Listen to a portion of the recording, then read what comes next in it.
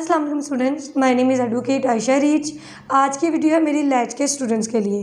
तो लैट का रिज़ल्ट कब आएगा और नेक्स्ट लैट टेस्ट कब होगा। तो बच्चों ये कन्फ्यूजन ये है कि जिन बच्चों के मतलब अब एमसीक्यूज़ में नंबर बहुत कम है तो उनके लिए तो अब ये जानना बहुत ज़रूरी है कि कब हमारा जो है वो लैट टेस्ट होगा। तो परेशान ना हो, लैट टेस्ट जो है वो नवंबर में या फिर दिसंबर में होने के चांसेस हैं। इसलिए आप अभी से अपनी प्रेपरेशन स्टार्ट करेंगे तो तब तक जो है आप अपनी प्रेपरेशन को कंप्लीट कर लेंगे। टेस्ट मुश्किल नहीं होता, ये वही बेसिक चीज़ें होती हैं जो आपने बचपन से लेके अभी तक पढ़ी होती हैं। लेकिन क्या होता है कि बच्चे जो है ना वो तैयारी नहीं अपनी करते और जिसकी वजह से वो इसको बहुत ईजी समझते हैं और पीछे रह जाते हैं।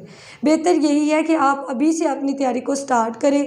जो नोट्स है या जो भी बुक्स है आपके पास उसको पढ़ना स्टार्ट करें ताकि दिसंबर तक आपकी तैयारी इतनी अच्छी हो जाए कि आपको रिवीजन की भी ज़रूरत ना पड़े। तो इसलिए आप अच्छी तरह से इसकी तैयारी करें। दिसंबर में मुमकिन है कि आपका लैट टेस्ट होगा। इसके अलावा जो लैट टेस्ट गुजरा है उसका रिज़ल्ट कब आएगा, तो उसका रिज़ल्ट जो है वो बहुत जल्दी आएगा। अब 2-3 दिन में जो है आपका रिज़ल्ट अनाउंस हो जाएगा, क्योंकि आगे फिर जो है बच्चों के एडमिशन ओपन हो जाने हैं, तो बच्चों को एडमिशन के लिए भी जो है वो जल्दी करनी पड़ेगी। तो इसके बाद जो है वो आपका रिज़ल्ट जो टेस्ट होना है वो आपका दिसंबर में होगा। और आपने तैयारी कैसे करनी है, आपने जो भी आपके पास नोट्स हैं या अगर आपके पास नोट्स नहीं है तो आप हमारी अकेडमी से भी ले सकते हैं, हमारे अपने नोट्स मौजूद हैं। और इसके अलावा आप कोई भी बुक जो आपके पास मौजूद है आप वहाँ से तैयारी करें। नेट पे बेशुमार जो है वो वेबसाइट मौजूद हैं। नेट से किसी भी वेबसाइट से आप जो है वो लैट का मटेरियल डाउनलोड करके पढ़ सकते हैं। और स्पेशली पास पेपर्स, मैं अपने स्टूडेंट्स को भी यही कहती हूँ कि जो पास पेपर्स हैं उनको अच्छी तरह से पढ़ें, क्योंकि पास पेपर में से पेपर आने के बहुत चांसेस होते हैं। इस बार भी जो आया था आपका लैट टेस्ट आया था वो पास पेपर में से ही आया था।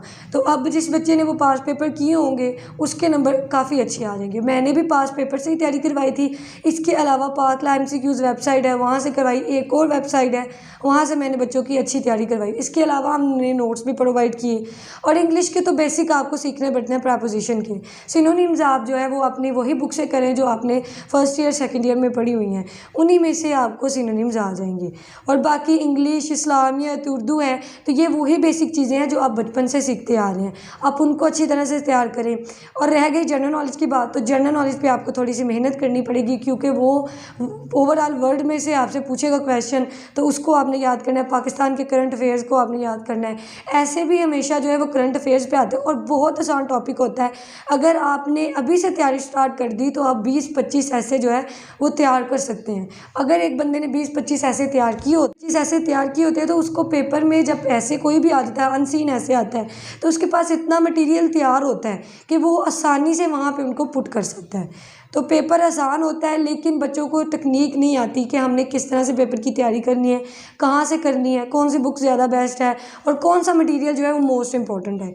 तो इस बात को जहन में रख के कि कौन सा ज़्यादा मटेरियल इम्पॉर्टेंट है और कहाँ से आपने तैयारी करनी है, तो फिर आप जो है वो अच्छे मार्क्स गेन कर सकते हैं, लैट टेस्ट को क्लियर कर सकते हैं। ओके बच्चों, मिलते हैं नई वीडियो के साथ, तब तक के लिए अल्लाह हाफिज़।